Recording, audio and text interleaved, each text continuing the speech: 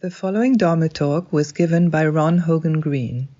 Hogan Sensei is a lay teacher in the Mountains and Rivers Order. This talk, like all of our talks, is offered free of charge. If you would like to make a donation or find out more about our various programs, visit us online at zmm.org. Thanks for listening. Good afternoon, everybody. I just want to say what's in my heart, which is how fulfilled and really joyous it is for me to be here with you, all of you in this room, all of you at home, practicing together. That's my heart and your heart. And it's been a while, a couple of years since I've been able to be here. It's not an unusual story, I know. But this is my home, and no matter where I am, and we are Sangha. This is a koan from the Book of Equanimity, Case 18, Zhao Cho's dog. The preface: a gourd floating on the water. Push it down, and it turns. A diamond in the sunlight. It has no definite shape. It cannot be attained by mindlessness, nor known by mindfulness. Immeasurably great people are turned about in the stream of words. Is there anyone who can escape? In the main case, a monastic asked Zhao Cho, does a dog have Buddha nature or not? Zhao Cho said, yes. Then the monastic said, since it has, why is it then in this skin bag? Zhao Cho said, because they know yet deliberately transgress. Another monastic asked Zhao Cho, does a dog have Buddha nature or not? Zhao Cho said, no. The monastic said, all sentient beings have Buddha nature. Why does a dog have none then? Zhao Cho said, because they still have karmic consciousness. I wanted to look at a koan that points at the subtlety of karma as best as I could, and see if I could bring it forth. The all-pervading subtlety of karma. We all have Buddha nature, and we are all ordinary human beings with karmic consciousness. Beyond these words, how do you see this? What does it mean in our own ordinariness to see into your wisdom nature clearly so that you can respond with helpful, forthright words and actions in accordance with the situation? Truly living out of a compassionate understanding as best as we can, wherever we find ourselves. What does that mean? Why does Master Zhao Cho answer yes to one person and no to the other, given that they asked the identical question? In the verse to this koan, it introduces the koan. I read it. I'm sorry. In the verse, it says, a dog's Buddha nature exists, a dog's Buddha nature does not exist. So which is it? If that's so, is trying to realize our true nature for ourselves real? Does it mean something? Should we try? Should we not try?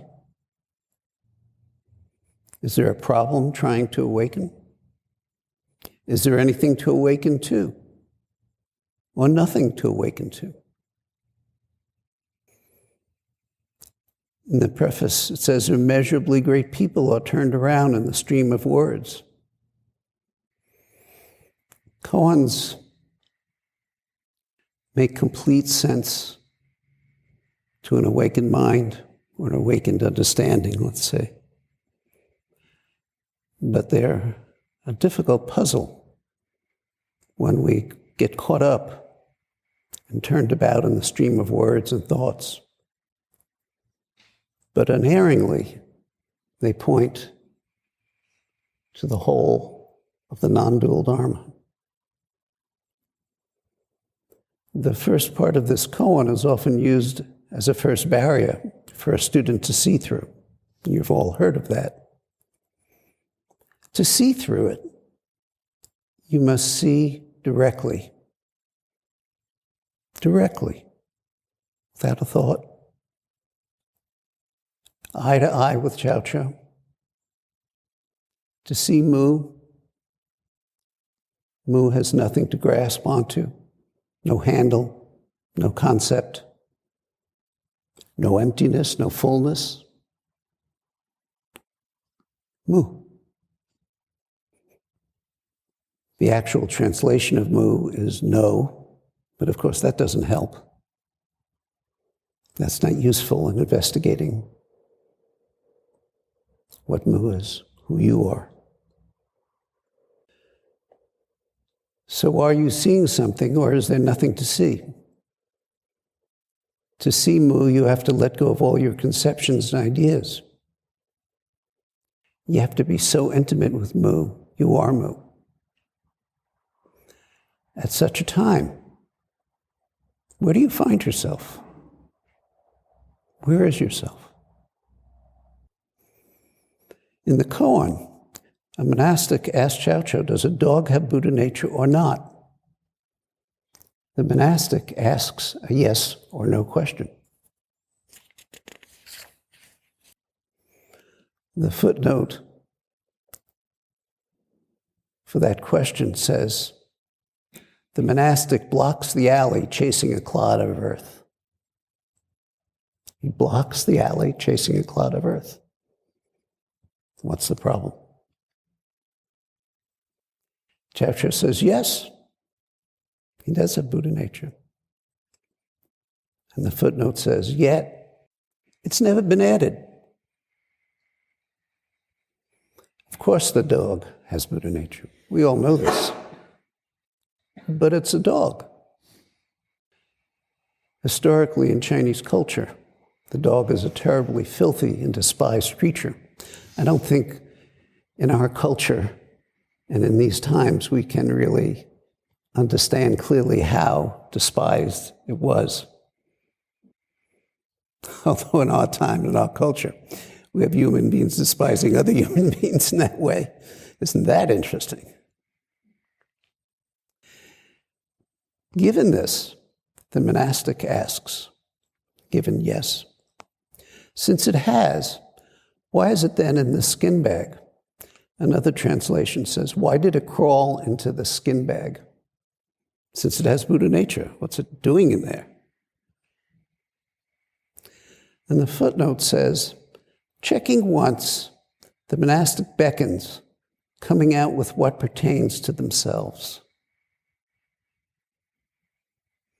Are there implications in the question concerning the monastic's own Buddha nature?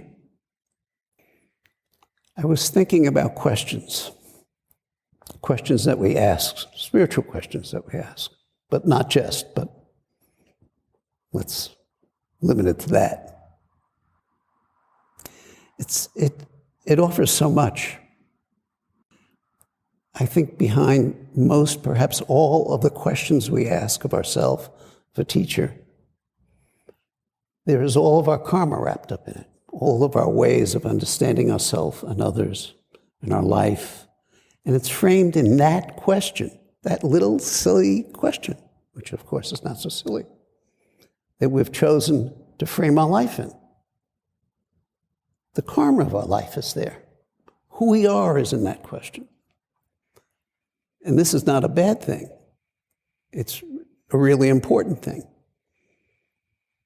We've heard in the talks in this session how important it is to carefully question and tease apart our assumptions and not take things for granted, things, thoughts, assumptions, our karma for granted. It's not fixed. That's fine for some people. Other people's mind doesn't quite work that way. But still, everyone here wouldn't be here without some question at some level that brought you here. Why the heck would you want to do this otherwise? It's too damn difficult. But if the imperative is there, it has to be done. So our karma comes forth in our question. And it's also important in the teacher-student relationship. What's the teacher's job? The teacher's job is to see where the student is. And to do that so the teacher can offer help. Understanding that help is to empower the student. To invite the student to see for themselves into the question. So it's crucial we ask questions, but there's all different types of questions. And that requires some of our discernment. So are there implications in the question concerning their own Buddha nature?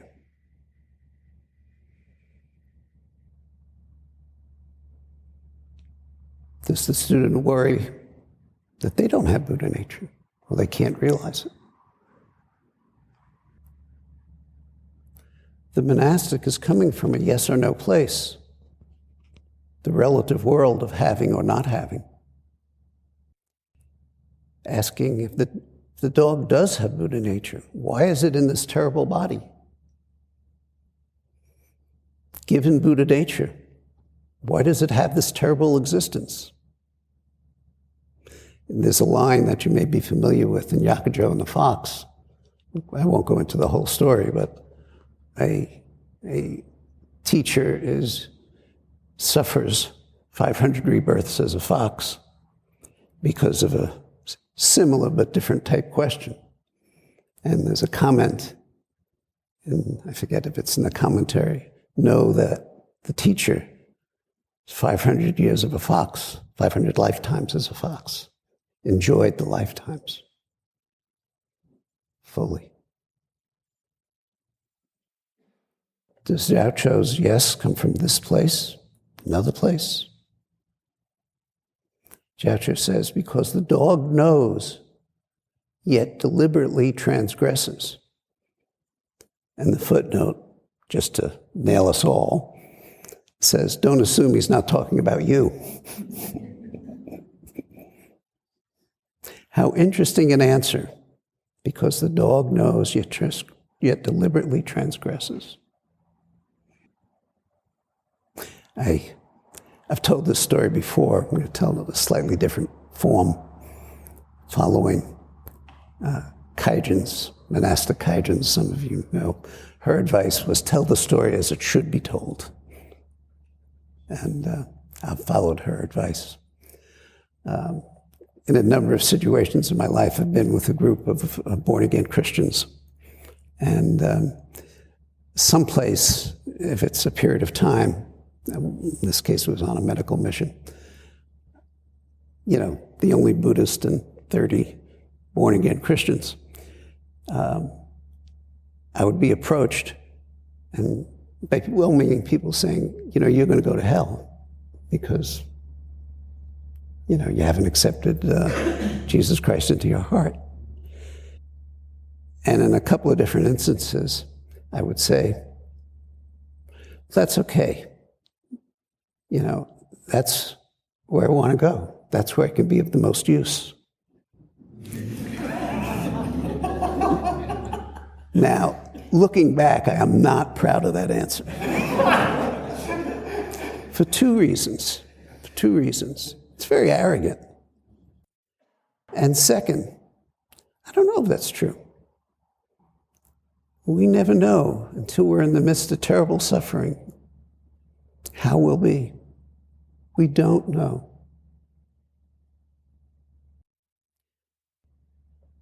So what is Chow Chow's meaning?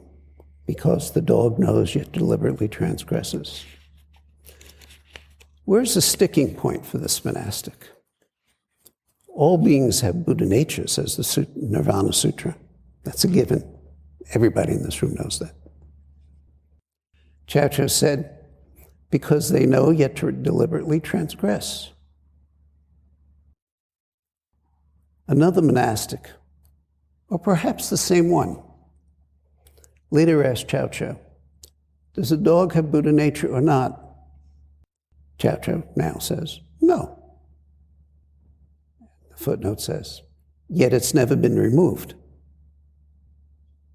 That answer makes no sense to the monastic. And the monastic says, all sentient beings have Buddha nature. There's something implicit in that statement that's worth seeing. All beings have Buddha nature. Why does a dog have none then? And the footnote says, and look for the obvious here, stupid dog chases a hawk, playing with the dog. Chow Chow says, because they still have impulsive consciousness, karmic consciousness. So let's look a little more personally at this. Suppose you asked Hojin Sensei, do I have Buddha nature? And Hojin Sensei says, yes. And you say, how could I possibly have Buddha nature with so little insight and so much pain in my life?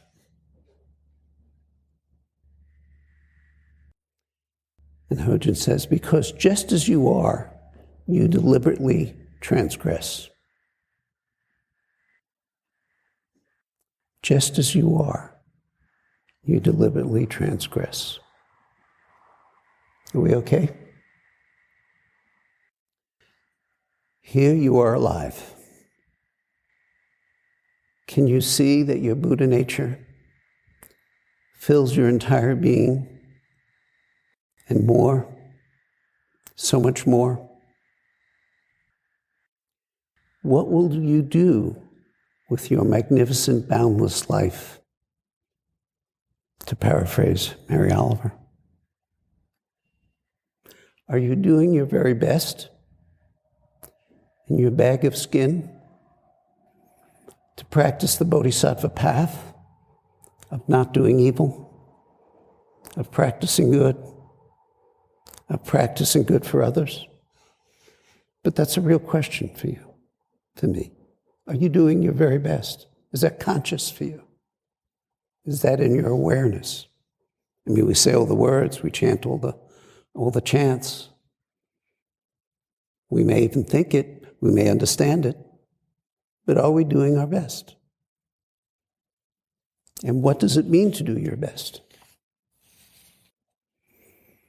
Hojin Sensei is pointing to the limitless perspective of your being, just as it is. To appreciate this in our bones, to deeply appreciate your inherent Buddha nature. For you, me, you. That is there. And that we can give life to.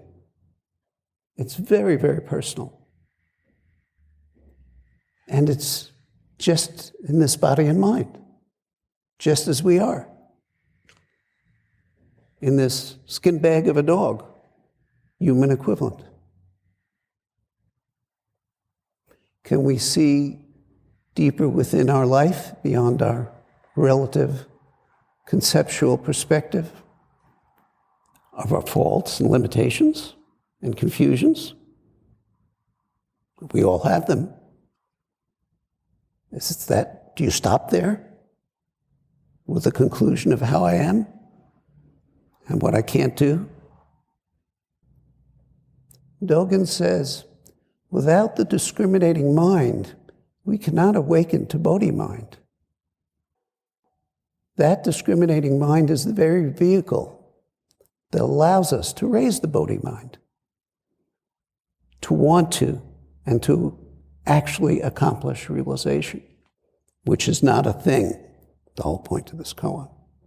Not something, not some mark, not some fixed point. So we're all subject to karma. There it sits, in our seat. Bald head, crooked nose. However we are. Whole, complete, Buddha nature. Okay. But you're not yet satisfied. That doesn't quite do it for you. So you go to Shugen Roshi. There's always someone else we can ask to get the answer we want, right? Do I have Buddha nature? And much to your astonishment, Shugen Roshi says, no. Perhaps he says, mu. What is he saying? So you say, all sentient beings have Buddha nature. How come I don't? That would have confirmed the first monastic's most basic fear. But something else is going on now. Shugen says, because you still have karmic consciousness. And the footnote says, the foregoing is like before in every way. The case is settled on the basis of the facts. Is Shugen Roshi saying no as opposed to yes? Or is there more there? After all of you, inherently with your Buddha nature, don't you have karmic consciousness? I certainly do. I think we all do. This is our ongoing challenge. Living out of our discriminatory consciousness, yet not being held captive by our delusionary mind. There it is. That's the whole thing. So, how do your vows fit here? If we still have karmic consciousness, and yet we take our vows. The impossibility of our vows, we take them up as our personal. Personal, it's got to be personal vow. Where does mu fit in? Where does karmic consciousness fit in? Where do you find you yourself? When all we know is our discriminatory mind, how can we have faith in, or know, or practice and realize our true nature? We don't know anything of true nature. We only know a discriminatory mind. How can we know our ground if our sense of being is confused with the content of our experience? You understand what was just said? If we take our current experience, whatever it is, good, bad, indifferent, say that's who I am. Right now I'm not feeling so good. I'm depressed. That's who I am. End of story. Or fill in the blanks of anything else. When that confusion is there, so far as we're concerned, there's no Buddha nature. There's only our confused samsaric world and the suffering that arises as it. And calling something Buddha nature is a further delusion. So if we stick to a position or an opinion that rests on the side of our relative body of limitations. I can't have Buddha nature. Poor me. Then Hojin Sensei offers clarity. And if you stick to a fixed view that there's something called Buddha nature, which we can grasp and hold, and that's it, then Shugen Roshi has an offering to help. Well, which is it? Do you have it? Or do you not have it? Without explaining or conceptualizing or getting stuck on one side or the other. Again, I've told this story before, but it fits here. Years ago, there was a photographer, a very good, talented photographer, who would come here regularly to offer workshops. And his pictures are what I call, with some scorn, pretty pictures. They were of nature. It takes a great deal of skill to shoot them, I know that. But when it comes to photography or poetry, I'm not interested in photography or poetry except in a spiritual sense. That's just me. And he would be in the dining room, and I would see him on repeated occasions studying Daido Roshi's photographs, which I can't say always, I don't know that, but all the ones that I saw always showed both sides, the absolute and the relative meeting, right there. And you could see objects, but you really couldn't see objects. And he would study them, and then he'd look at his own photographs, which were beautiful and completely only showed one side. And one time, up in the guest room, we were talking, we were friendly, and he started asking me questions about Mu. And again, in my arrogance, I wasn't a teacher, and near being a teacher, but I was confident nevertheless. And is it this, is it that? And he went through what everyone goes through when they work on Mu, everything you can think of. And I said, no. And then he said, oh, you're just negating everything. And I missed my chance to, anyway. But I felt guilty for that. I wasn't a teacher. But to me, he was,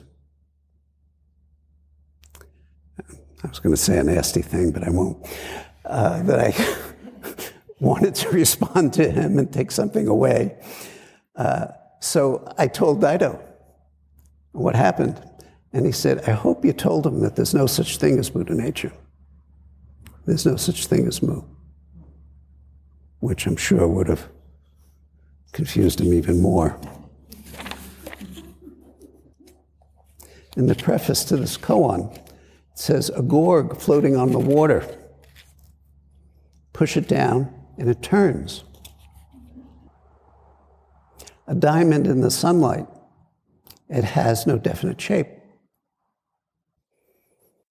So there's Chao Cho and Hojin and Shugen coming forth in response to your questions on Buddha nature. No definite shape, indefinable, yet completely responsive to our karmic intentions. And here's Chao Cho's karmic consciousness in action. There it is, right before you. But what are we talking about? Fundamentally, there are no sentient beings and no one to save them. Fundamentally, there's no karma. Dogen calls this delusion within delusion when you're in the world of karma. Knowing this, truly knowing this, yet deliberately transgressing. This is what we're doing here on the Bodhisattva path. We're sitting and sitting and sitting and working in every way that we can think of to see into our heart, to see what's at the bottom, and encountering it the whole way, although we may or may not be realizing that, or have realized that we are realizing it, but we may not be apparent to us. And so practicing this, perhaps knowing this, yet deliberately transgressing into this world of things, this is our work. Living out of our karma, no matter what our karma is, we can purposely transgress. But we have to be careful. When Chao says no or mu, does a dog have Buddha nature? He wipes away everything. All thoughts of Buddha nature, all selves, all me's and you's, all beings and compassion. When Chao says yes, a dog does have Buddha nature. The whole universe is you yourself, alive and well, just as it is. So where do you find the dog? Where do you find yourself? Again, I've mentioned this, but it just rings for me. I was just up in the cemetery visiting so many of my old friends.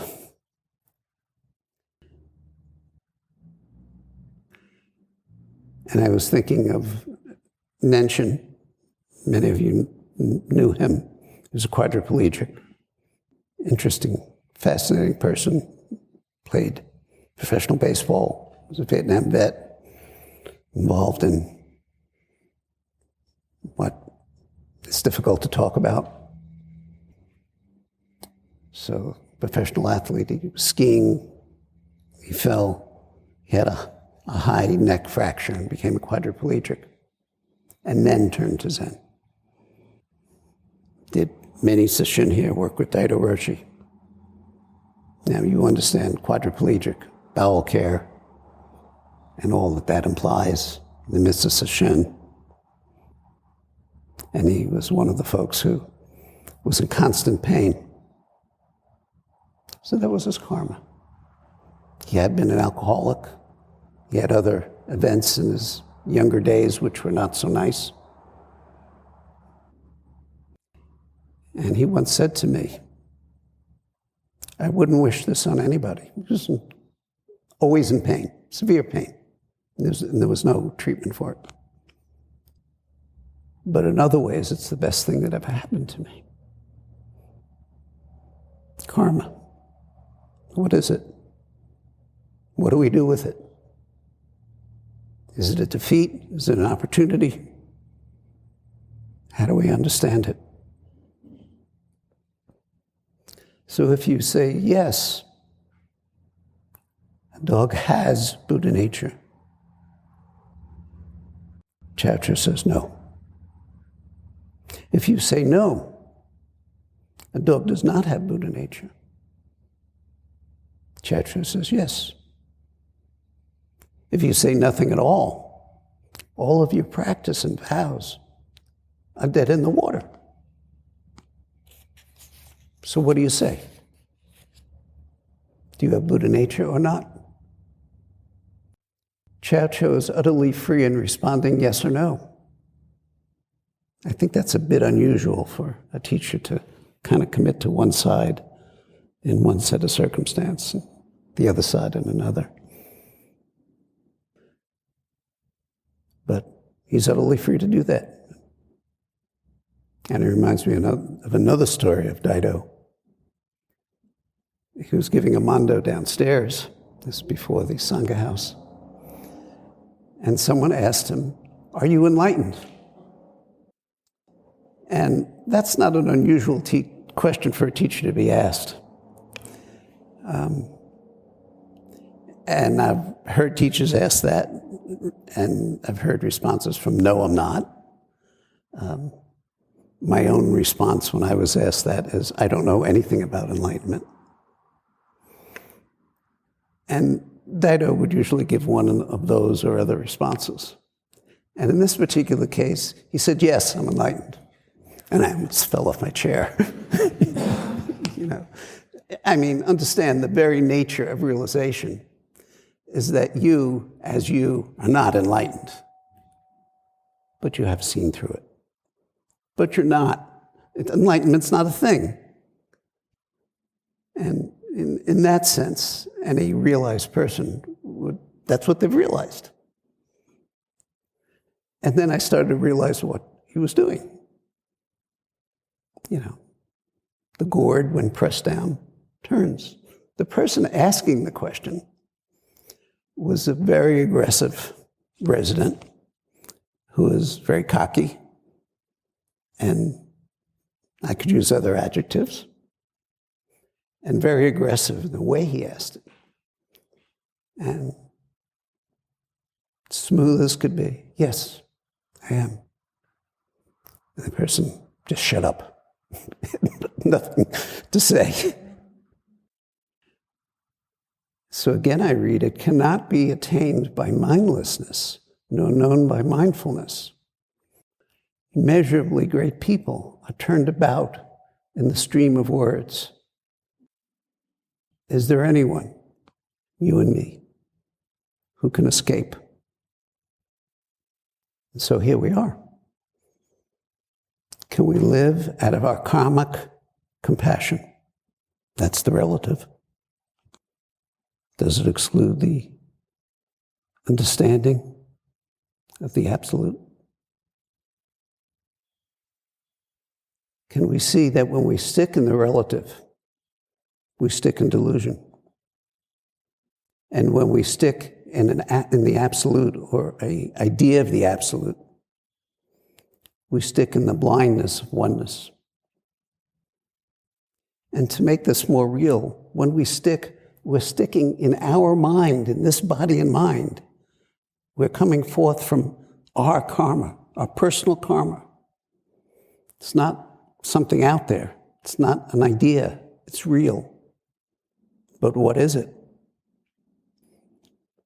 Compassion is to see both sides and not be stuck. Not be stuck in the absolute, living in the relative, yet seeing through the relative, seeing through it. And when we see through ourself and another person, we're seeing heart to heart. We're seeing their heart. We're seeing our heart. To me, that's love. Not in a personal sense. I love you, let's get married, or whatever equivalent.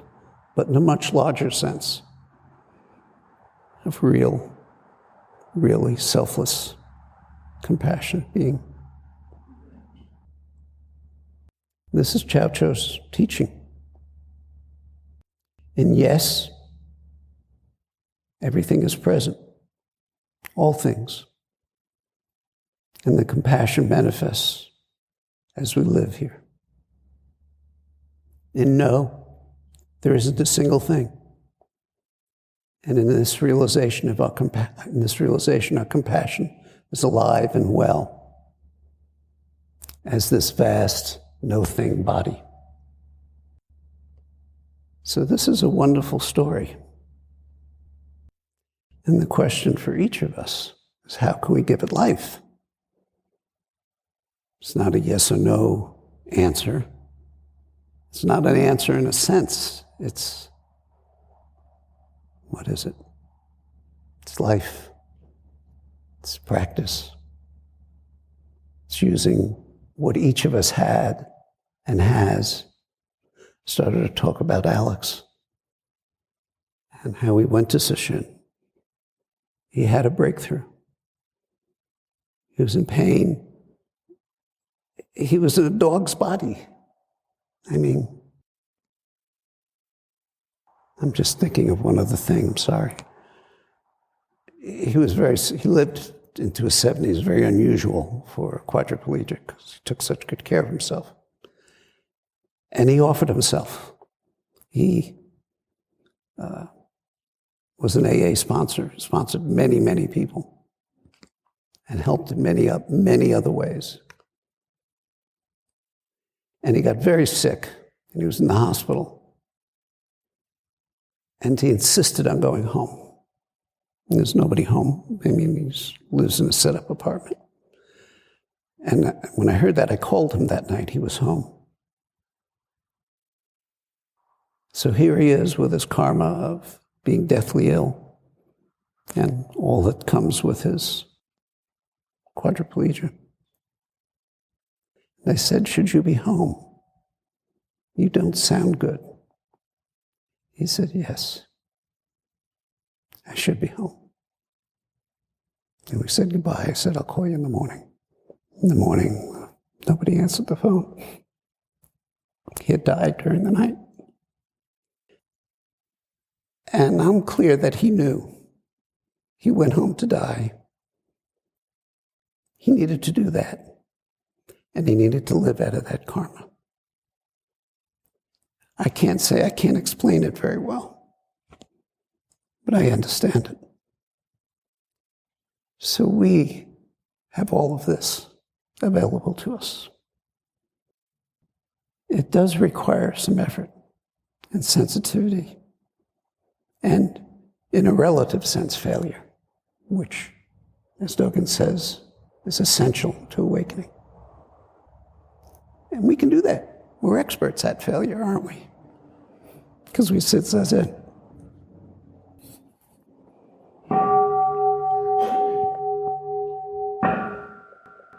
Thanks so much for listening. To find out more about our ongoing programs and residency opportunities, visit zmm.org.